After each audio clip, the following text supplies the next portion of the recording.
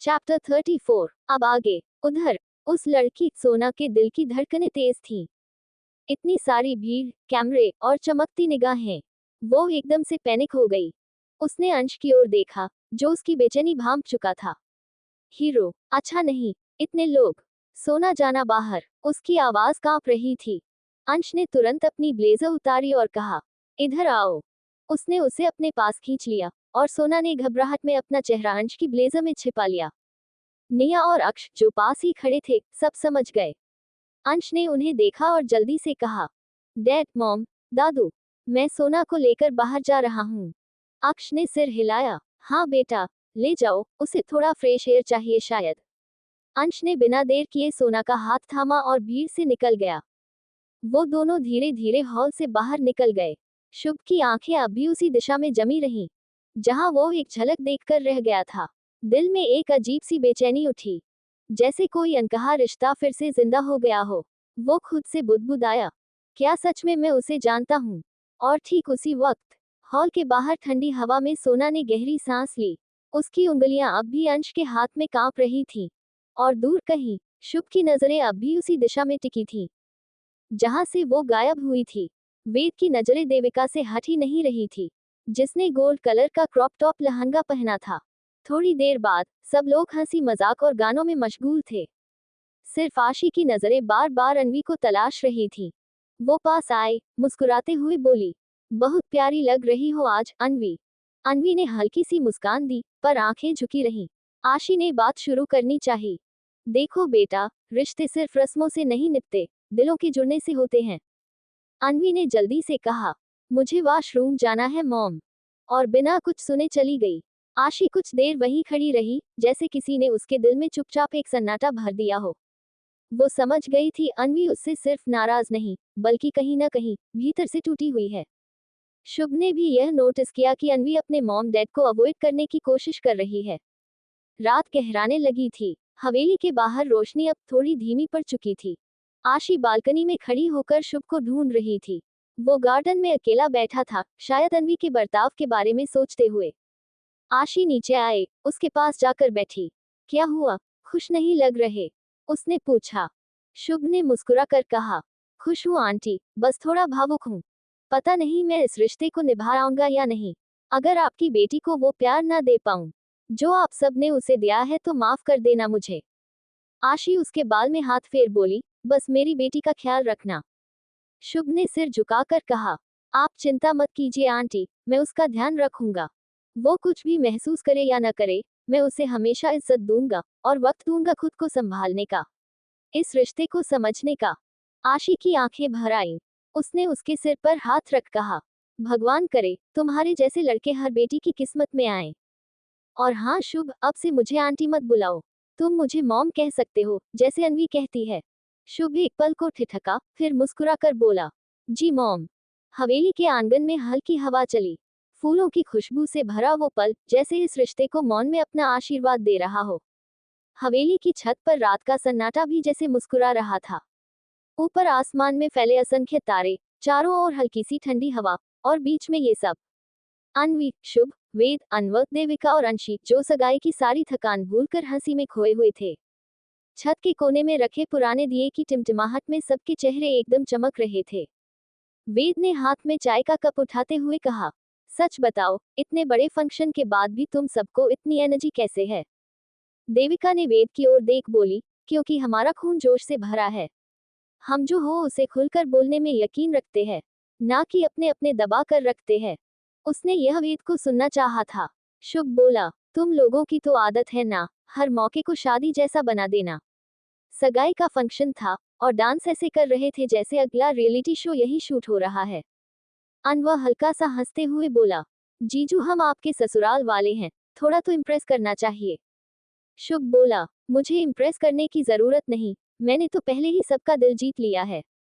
बस तुम्हारी बहन रह गया है, वो भी जल्दी हो जाएगा। सबने एक साथ ओह किया और माहौल में फिर हंसी गूंज उठी। अंशी ने कंधे उचकाते हुए कहा, वैसे अंश भैया और सोना कहाँ हैं? अनवर ने मुस्कुराते हुए कहा, भैया सोना को लेकर घर चले गए। इतनी भीड़ देखकर सोना पैनिक हो गई थी। छत पर हंसी और ठहाकों का मौसम अब और भी गाढ़ा हो गया था। हवेली की पुरानी टाइलों पर पड़े फेरी लाइट्स के हल्के सुनहरे रंग में सबके चेहरे दमक रहे थे। अन्वी, शुभ, वेद, देविका, अनवर, अंशी के साथ अब सास और सिद्धि भी आ चुके थे। सास आते ही बोला, सॉरी लेट हो गया दोस्तों, तुम्हारी महफिल में आने में टाइम लग गया। सबकी निगाहें एक साथ उसके साथ खड़ी लड़की पर गईं, सादी सी जीन्स, हल्का टॉप और चेहरे पर झिझक भरी मुस्कान। सास ने मुस्कुराकर कहा, और ये है सिद्धि, मेरी गर्लफ्रेंड। अंशी ने शरारत से भौहें उठाई। भैया, अब जब गर्लफ्रेंड मिल ही गई है तो शादी कब कर रहे हो? सास बस हल्के से मुस्कुराया, अभी तो बस मोहब्बत शुरू हुई है, मंजिल तक थोड़ा वक्त लगेगा। सबने हंसते हुए ताली बजाई। वातावरण फिर से हल्का और मजेदार हो गया। वेद ने बोला, चलो अब कोई गेम खेलते हैं, ट्रूथ एंड डेयर कैसा रहेगा? सबने एक सुर में कहा, हाँ। कांच की बोतल बीच में रखी गई और जैसे ही घुमाई गई, सबकी निगाहें उस पर टिक गईं। बोतल घूमती रही और आखिर रुक गई देविका पर। अनवर ने मुस्कुराते हुए कहा, देविका दी, ट्रूथ या डेयर? देविका बोली, ट्रूथ। चैप्टर 35। अब आगे। अनवर ने शरारती मुस्कान के साथ सवाल फेंका, तो फिर बताए, अपने बॉयफ्रेंड से हमें कब मिलवा रही हैं? देविका की हंसी अचानक थोड़ी थम सी गई। उसने पल भर को वेद की ओर देखा, फिर नीचे जमीन की तरफ देखते हुए बोली, पिछले साल हमारा ब्रेकअप हो गया। छत पर अचानक जैसे हवा रुक गई। हंसी की जगह कुछ सेकंड की खामोशी फैल गई।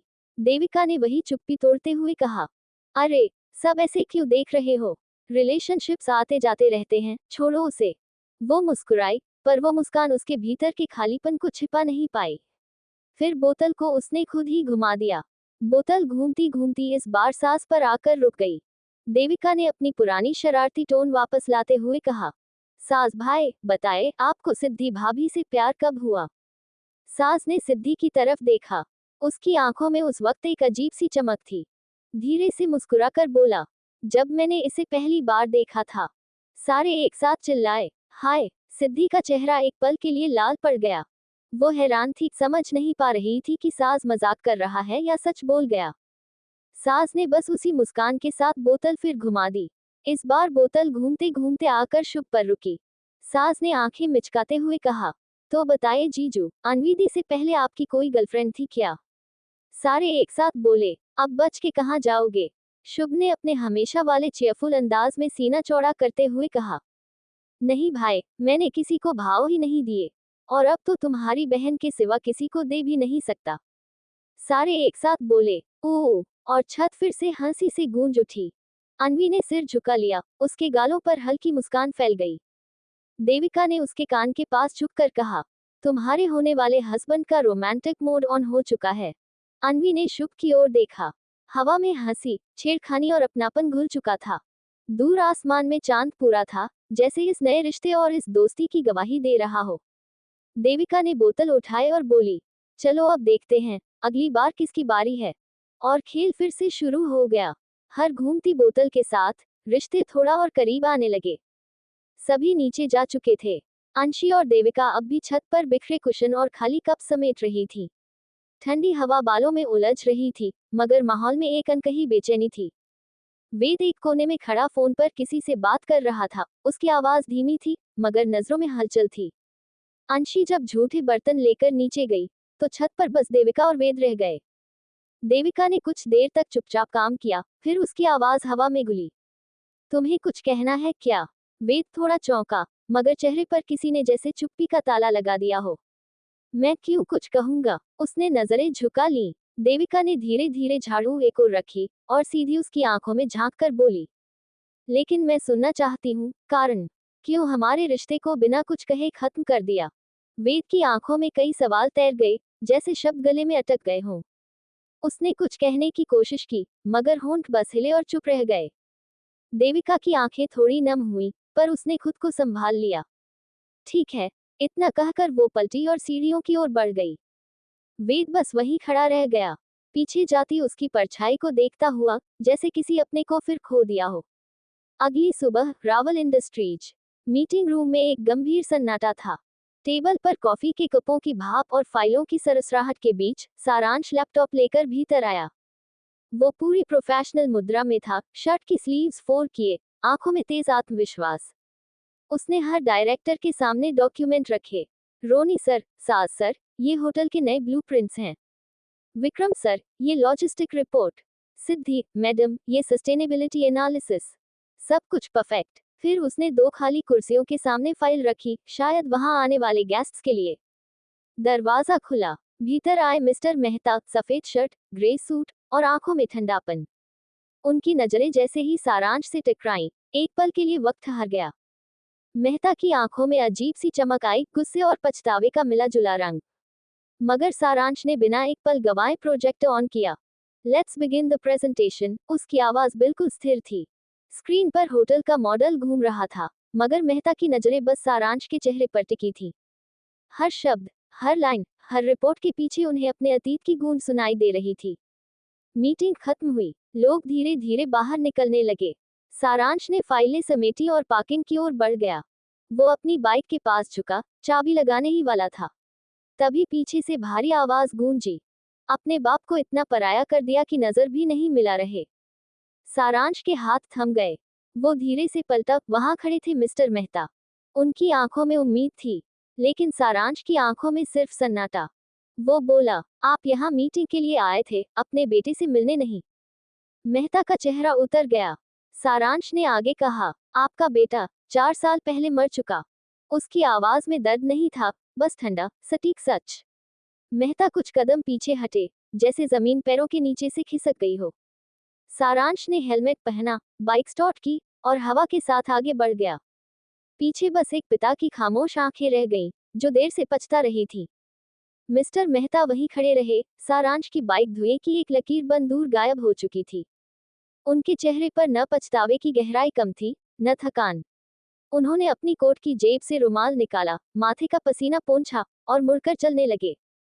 तभी सामने से रोनी रावल आ गया, शांत, गंभीर और उम्र में उनसे कुछ छोटा, मगर व्यक्तित्व में मजबूत।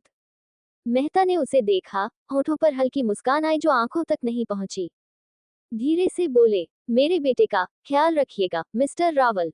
रोनी बस सिर झुकाकर खड़ा रहा। कुछ कहना चाहता था, मगर शब्द गले में अटक गए। मेहता के कदम धीरे धीरे पार्किंग से बाहर निकल गए, जैसे हर कदम के साथ एक रिश्ता और पीछे छूटता जा रहा हो। चैप्टर 36। अब आगे। दूसरी ओर सारांश अपने घर पहुंच चुका था। उसने दरवाजा खोला। कमरा वैसे ही बिखरा पड़ा था जैसे उसकी जिंदगी के हिस्से। कुर्सियों पर पड़े कपड़े, टेबल पर खुले फाइल्स, अधूरी कॉफी कप और एक कोने में पड़ा गिटार जिसे उसने महीनों से छुआ तक नहीं था। वो चुपचाप अंदर आया, कोट उतारकर सोफे पर फेंका और खुद वहीं धंस गया। कुछ पल तक छत को देखता रहा, फिर नजर अनजाने में कमरे की बिखरी हालत पर टिक गई। और अचानक उसके चेहरे पर एक हल्की मुस्कान आई। उसे याद आया कैसे उस दिन अंशी ने ये कमरा कुछ ही मिनटों में साफ कर दिया था। सिर पीछे टिकाया और खुद से सवाल किया, लेकिन मैं क्यों सोच रहा हूँ उसके बारे में? उसने आंखें बंद की। कमरे में सिर्फ घड़ी की टिक टिक गूंज रही थी, और उसके दिल की धड़कन, जो हर टिक पर एक ही नाम दोहरा रही थी, अंशी। देविका अपने कमरे की बालकनी में खड़ी थी। सामने फैला नीला आसमान धीरे धीरे सांझ की परतों में डूब रहा था। ठंडी हवा उसके बालों से खेल रही थी, पर उसका मन उस ठंडक से बहुत दूर, कहीं एक पुराने, दर्द भरे लम्हे में अटका हुआ था। उसकी उंगलियां बालकनी की रेलिंग पर टिके टिके थरथरा रही थीं। उसके भीतर कोई चुप्पा तूफान था, जो आज भी उस एक पल में जाकर ठहर जाता था। 1 साल पहले, वो दिन साफ याद था। देविका ने उस शाम के लिए कितनी तैयारी की थी। क्रीम कलर की ड्रेस, हल्का परफ्यूम और वही पल इयररिंग्स, जो वेद को हमेशा पसंद थे। उसके चेहरे पर उस वक्त वही चमक थी, जो किसी लड़की के दिल में तब होती है, जब उसे लगता है कि अब उसकी कहानी पूरी होने वाली है।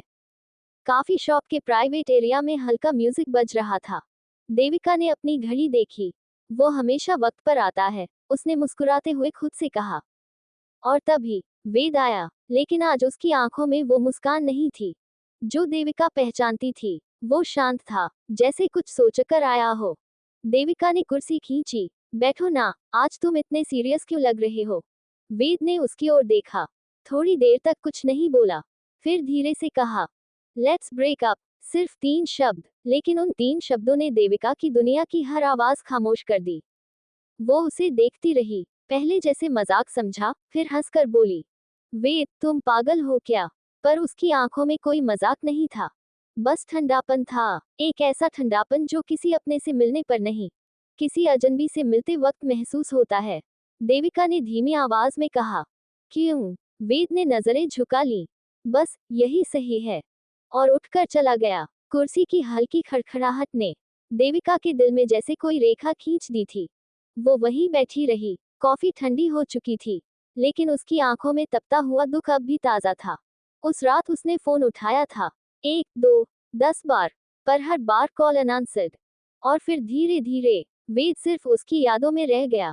अब 1 साल बाद वो उसी दर्द को अपनी बालकनी की ठंडी हवा में महसूस कर रही थी। क्यों किया था उसने ऐसा? ये सवाल अब भी उसकी जिंदगी का सबसे गहरा रहस्य था। देविका ने अपनी हथेली में वो पुरानी पल इयररिंग थामी, जो आज भी उसी कॉफी शॉप की याद दिलाती थी। उसकी आंखों से एक आंसू ढुलककर नीचे गिरा, जैसे किसी पुराने जख्म पर आज भी वक्त की मरहम अधूरी हो। दिन बीतते जा रहे थे। अन्वी की शादी अब बस कुछ ही दिनों की दूरी पर थी। सारी हवेली में चहल पहल थी, पर किसी एक कोने में सन्नाटा भी पसरा था। वो सन्नाटा जो अन्वी के दर्द और खामोशी में छिपा था। सुबह की सुनहरी धूप चौधरी हवेली की दीवारों पर बिखरी थी। सारा आंगन हल्दी और गेंदे के फूलों से सजा था। पीले और सफेद फूलों की खुशबू हर कोने में बसी थी। चारों ओर हंसी की गूंज, ढोलक की थाप और औरतों की गुनगुनाने की आवाज। पर उस सब के बीच अन्वी की आंखों में एक खालीपन था, जिसे वो मुस्कान के पीछे छिपाने की कोशिश कर रही थी। ऊपर कमरे में अंशी उसे तैयार कर रही थी। पीले लहंगे और सफेद दुपट्टे में अन्वी किसी चांदनी में नहाई धूप सी लग रही थी। अंशी उसकी चुन्नी ठीक करते हुए मुस्कुराई। दी, आप सच में बहुत प्यारी लग रही हो, कहीं नजर ना लगे। इतना कहते हुए उसने काले टीके से कान के पीछे उसकी बलाएं उतारी। अन्वी ने हल्की मुस्कान दी, पर आंखों में वो मुस्कान नहीं उतरी। जैसे दिल कुछ कहना चाहता हो, मगर जुबान साथ न दे रही हो। नीचे आंगन में सब इकट्ठा थे। रत्ना देवी सबसे पहले आगे बढ़ी, हल्दी का थाल उठाया और अन्वी के गाल पर हल्दी लगाई। हमारी पोती अब दुल्हन बनने जा रही है, उन्होंने कहा, मगर स्वर में अपनापन कम, रस्मों का भार ज्यादा था। उनके बाद सिमरन जी, नीति, श्री, निशी, अंशी, नट्टू, निया, नाज और राही, ऋषि और रोनी की बहन, निया और निशी की भाभी, सभी ने एक एक कर अन्वी के गालों, माथे और हाथों पर हल्दी लगाई।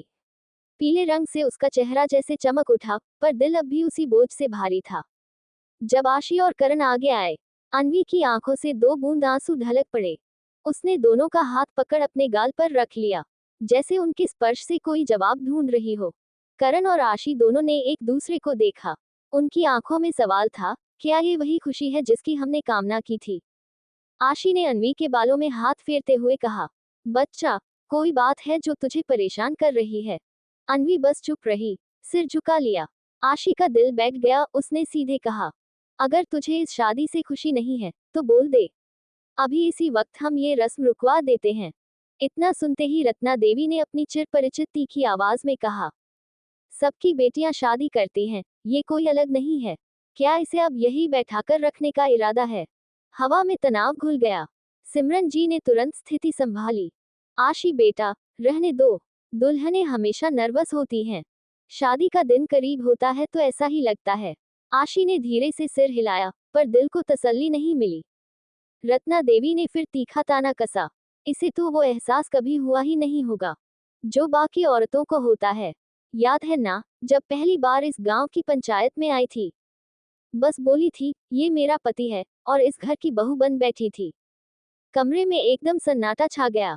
सबकी नजरें अब आशी पर थीं। करण ने तुरंत आगे बढ़कर उसकी हथेली थाम ली। उसकी आवाज में ठहराव था, मगर शब्दों में सच्चाई।